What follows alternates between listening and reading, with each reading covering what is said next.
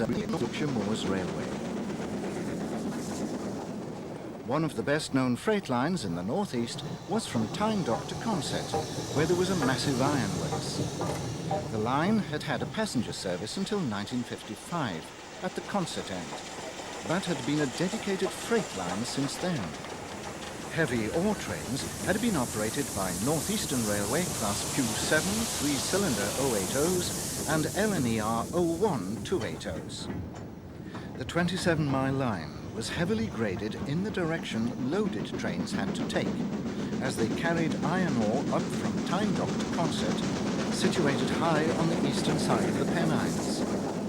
The principal problem was the 9-mile climb from Euston through Anfield Plain, with its gradients of between 1 in 65 and 1 in 35.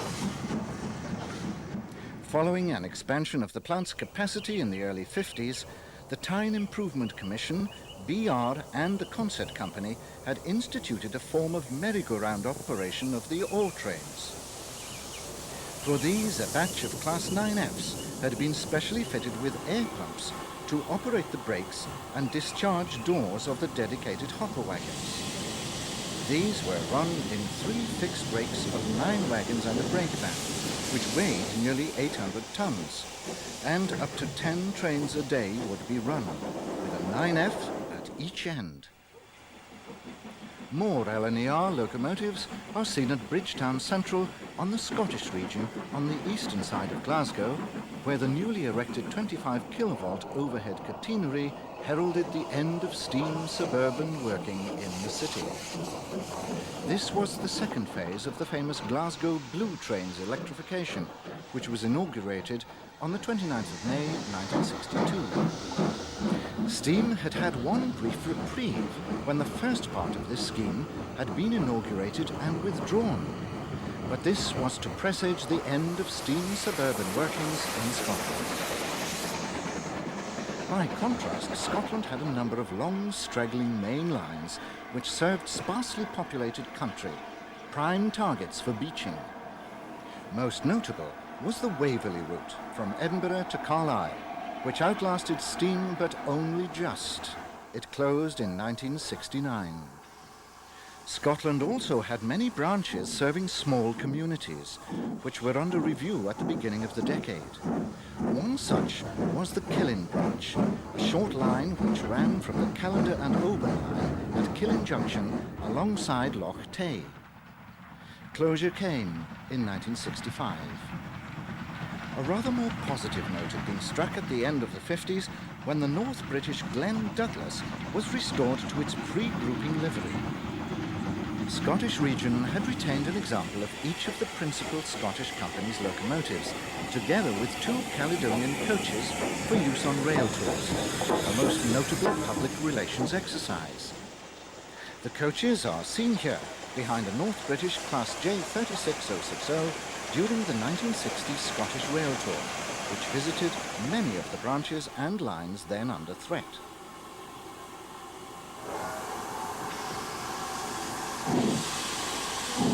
The British Railway's standard classes had been a godsend for the Scottish region's former LMS lines. The Class 4s are seen on the Port Road from Dumfries to Stranraer, which stretched across the southwestern part of Scotland. The branches went in 1964, and the main line, condemned by beaching, went in 1965. Boat trains to Stranraer Harbour for the Irish traffic were diverted to take the long loop via Ayr and Kilmarnock.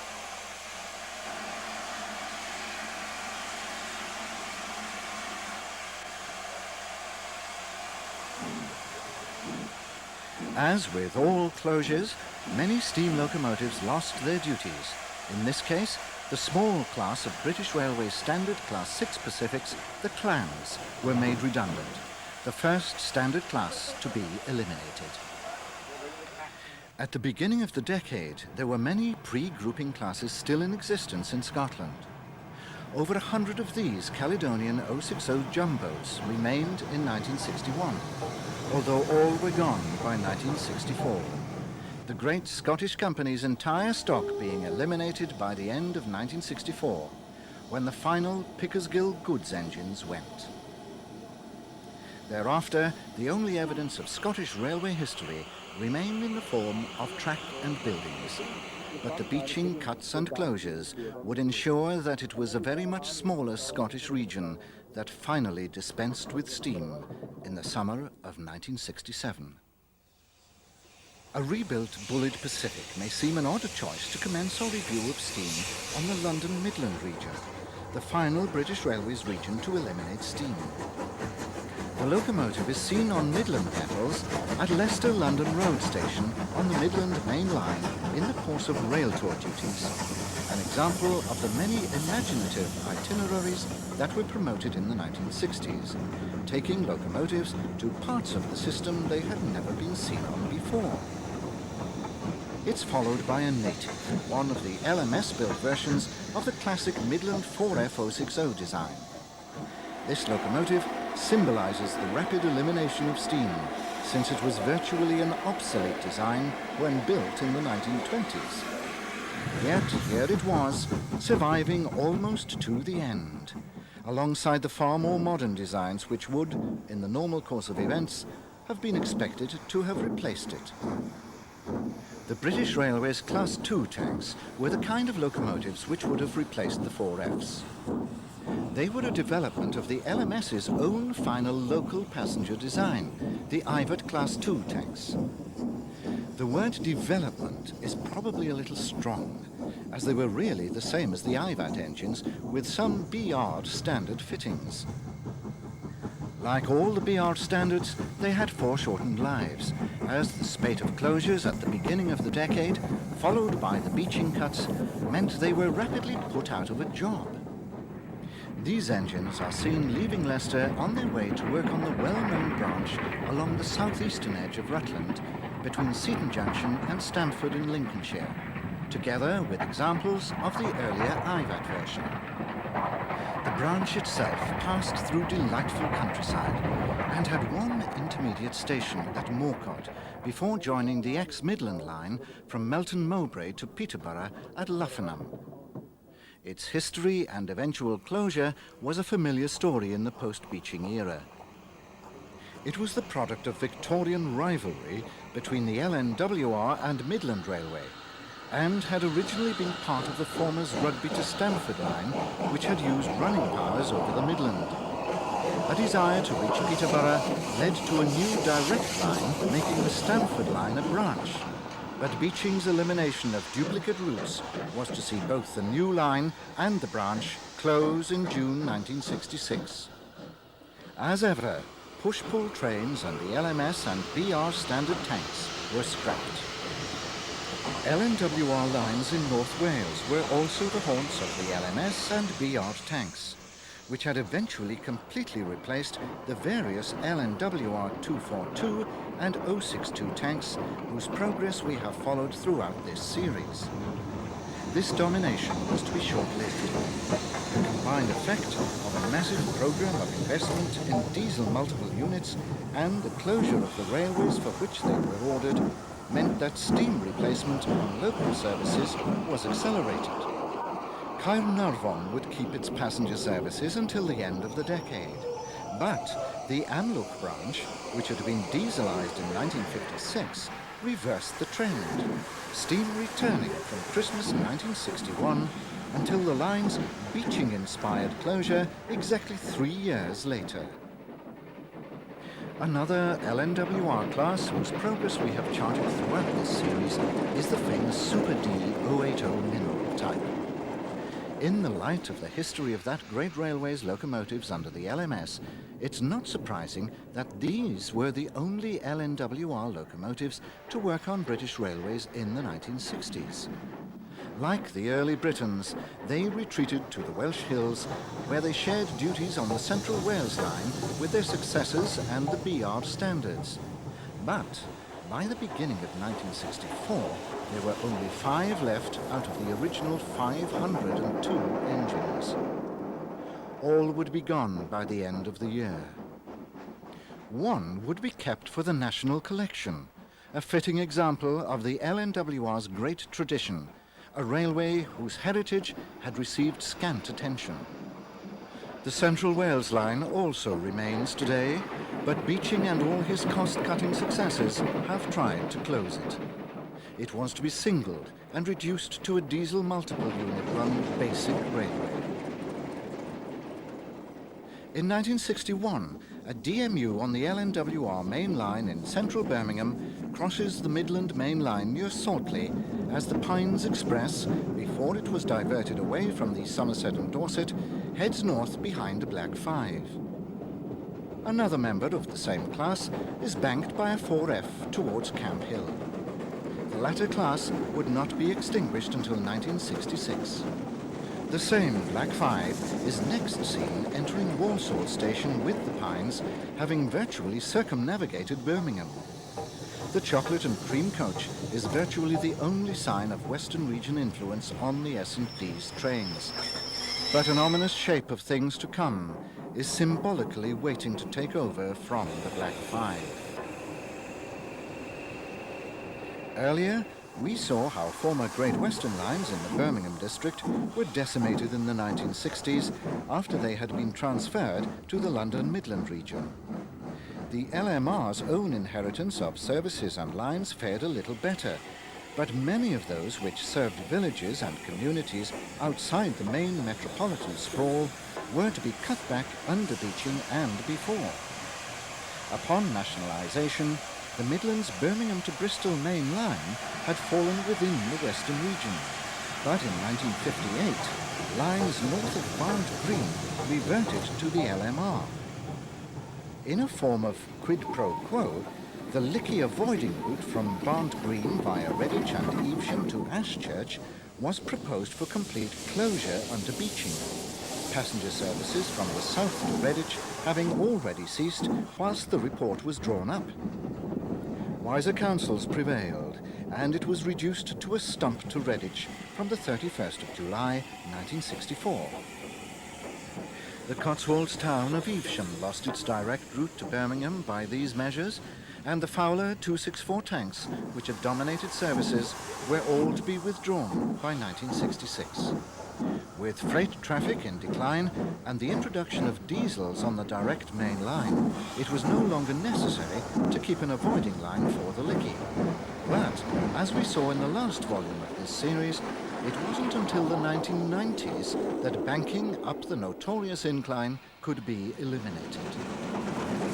On the Midlands main line to London in the Leicester area, we see freights headed by an 8F and 9Fs.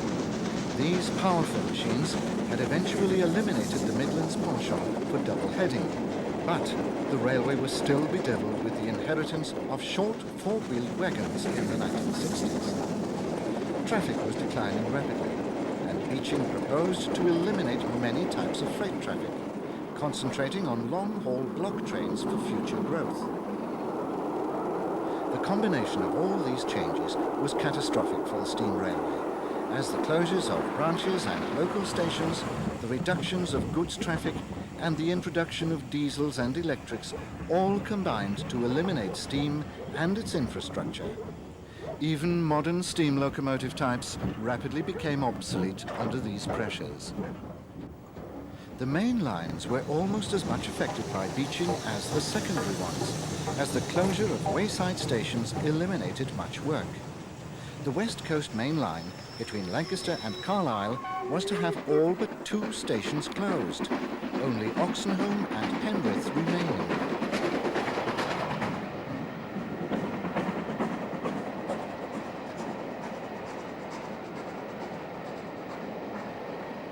Refuge sidings and the extra pairs of tracks for freight services on quadruple main lines became redundant when most of the freight was no longer there, and what remained travelled at passenger train speeds. Lines such as the Great Central, which had relied on freight for its main revenue, could no longer be justified on passenger traffic alone and were closed.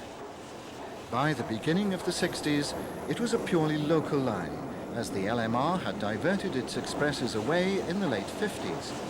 But they were to transfer some of the superb rebuilt line Scots here to eke out their days on local passenger duties. Displaced by diesels and electrics from the West Coast Main Line, they were to be withdrawn between 1962 and 1965. Their final condition mirrored that of most steam engines from 1963 onwards, as they ran unkempt and devoid of their nameplates. The Great Central was to become the last haunt of a number of famous classes in the 60s, as, with closure expected, there were no plans to equip it with diesels. The LNER V2s and the various standard classes, 460s for passenger and 9Fs for freight, were to be its final new locomotive power. As the changes accelerated throughout the decade, steam sheds took on a different appearance. This is Carlisle's famous Kingmore shed, apparently still a hive of activity, with its 8Fs, Britannias and 9Fs all ready for the road. But behind the scenes was a more depressing sight. Rows upon rows of redundant express engines awaiting the scrapman's call. All the famous names were here, from Jubilees to Scots. The march of modernization claiming many victims, witnessed by the yellow stripes on the cab sides, which indicated steam locomotives banned from running under the wires.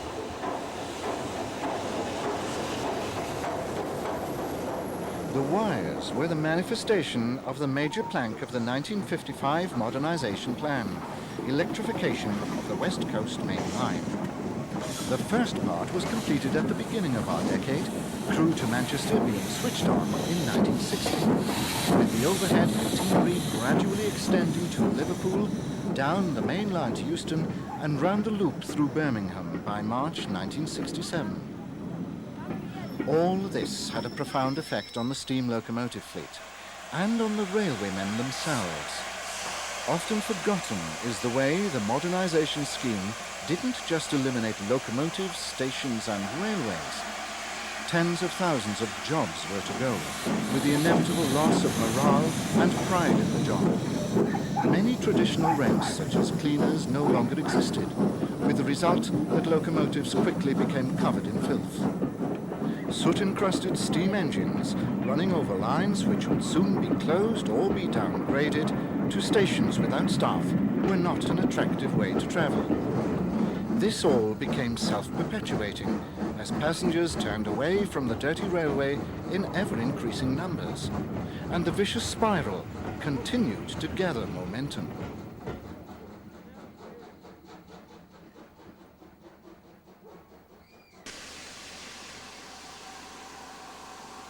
The very nature of steam production from coal was conducive to the emission of soot and dirt, and the elimination of all forms of steam power was an objective of government in the 1960s. The railways were just part of this wider field. The massive infrastructure required to support the steam locomotive, with its maintenance and running sheds frequently sited in the hearts of towns and cities, was a considerable overhead.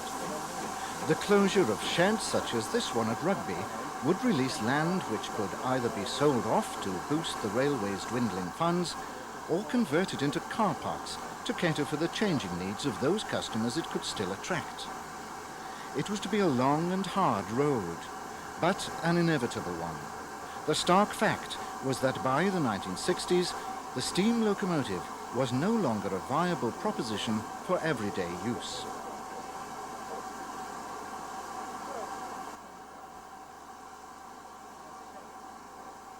The London Midland region was to be the very last bastion of steam on British railways, its carefully integrated steam fleet being run down through most of the decade. The most notable victims of the electrification were to be the much-revered Stania Pacifics, withdrawal of which began with the Princesses in 1961 and 62. The latter year was to see the first Duchesses withdrawn, a true indication that the need to eliminate steam had overtaken the original phased replacement of the modernization plan. Had that scheme been followed, the Duchesses wouldn't have become redundant until the full electrification from Euston to Crewe had been completed. But a very short-term plan replaced them with diesels from 1962 onwards. All would be gone by 1964, 3 years early. A Black 5 reversing under the wires takes us to Crewe, the heart of the LNWR and LMS, as well as West Coast electrification. The famous junction was to see the transition from steam to diesel to electric, remaining the hub of the system. The story of many locomotive classes was to end here, and it was the lack of political will and funding that was to result in the last stronghold of steam in Great Britain being the main lines north of Crewe. Although the wires ran north from Crewe to Liverpool, the main line beyond Weaver Junction to Glasgow was deemed too expensive for electrification in the 60s, the wires having to wait until the next decade. As a result, many of the LMS standard classes, such as the Jubilees, would see their lives continued until 1968. This Jubilee is 45684 Jutland. The application of the yellow cabsite stripe doesn't appear to have been consistently applied, and many steam engines continued to work under the wires. The Jubilees were the last survivors of the former 5XP class, by now 6P of course, the Patriots having all been withdrawn between 1960 and 1962. The end of steam also saw the end of pre-grouping coaching stock, as BR had built large numbers of standard Mark I coaches, which were more than sufficient in number for remaining services. The rundown of the 8P Pacifics was completed in 1964, when the last of the Duchesses were retired. Surprisingly, none was included in the National Collection of Significant Locomotives, but one, City of Birmingham, went to the museum in its namesake city. The great holiday king, Billy Butlin, had seen the rundown of steam as a source of added attractions for his seaside resort camps, so he purchased 2 of the redundant Duchesses. The attraction waned in later years, and they were made available for display elsewhere, and eventual resale.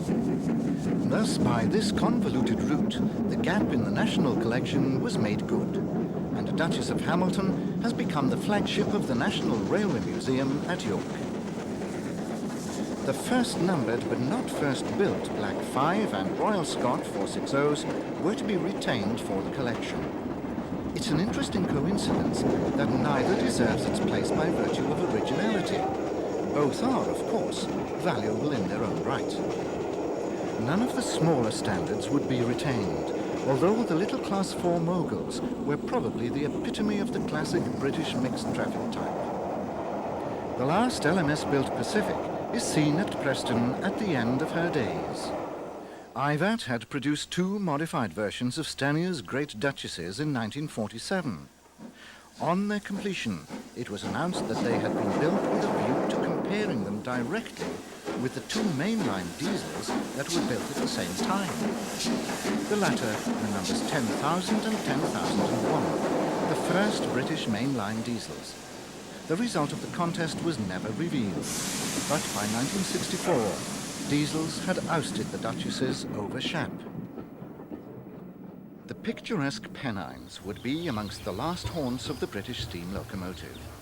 The last crabs were withdrawn during 1967, at the end of which steam was eliminated from the main line over Shap.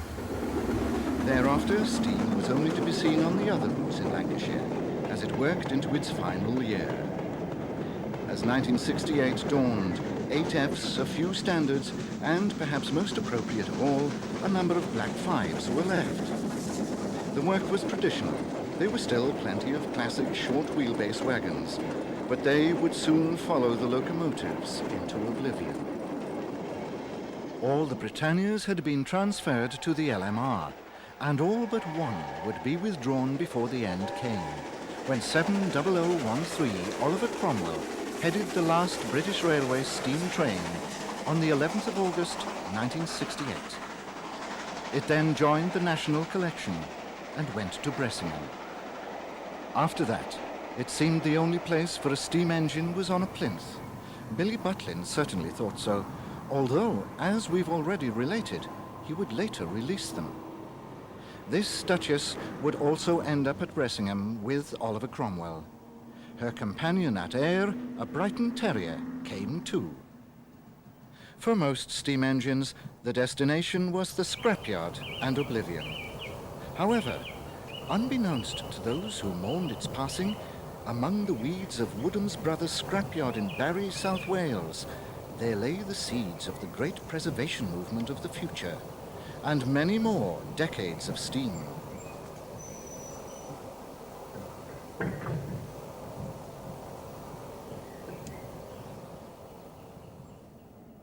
But the Barry miracle wasn't even in the dreams of the 60s enthusiasts. They saw the future in the preservation of a few locomotives direct from BR service. Foremost amongst the active purchasers was Patrick Whitehouse, whose railway roundabout programs on the BBC had done so much to record the last days of steam. Together with a group of like-minded friends, he set up the Birmingham Railway Museum at Tyseley and purchased the last active Great Western Castle-class locomotive, 7029 Clun Castle. From 1965 to 1967, Clun was used on many rail tours, some taking her to places which had never previously seen castles, including Carlisle. Another private purchaser was Lord Lindsay, who bought the last Gresley K4 mogul, the Great Marquis. This also broke much new ground, such as the southern region.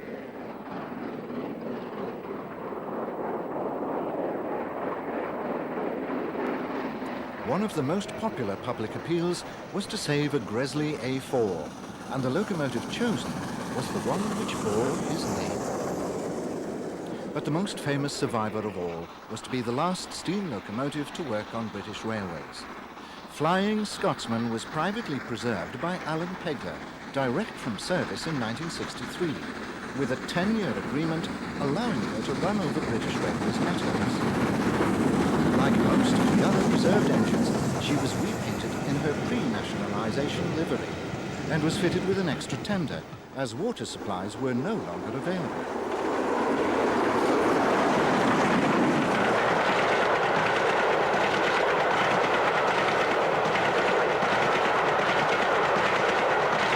When steam ceased on the 11th of August 1968, BR imposed a complete ban on steam, but Alan Pegler's agreement stood firm. So, at the end of the 60s, Flying Scotsman was the only steam engine allowed on BR main lines. Who would have forecast any more decades of steam?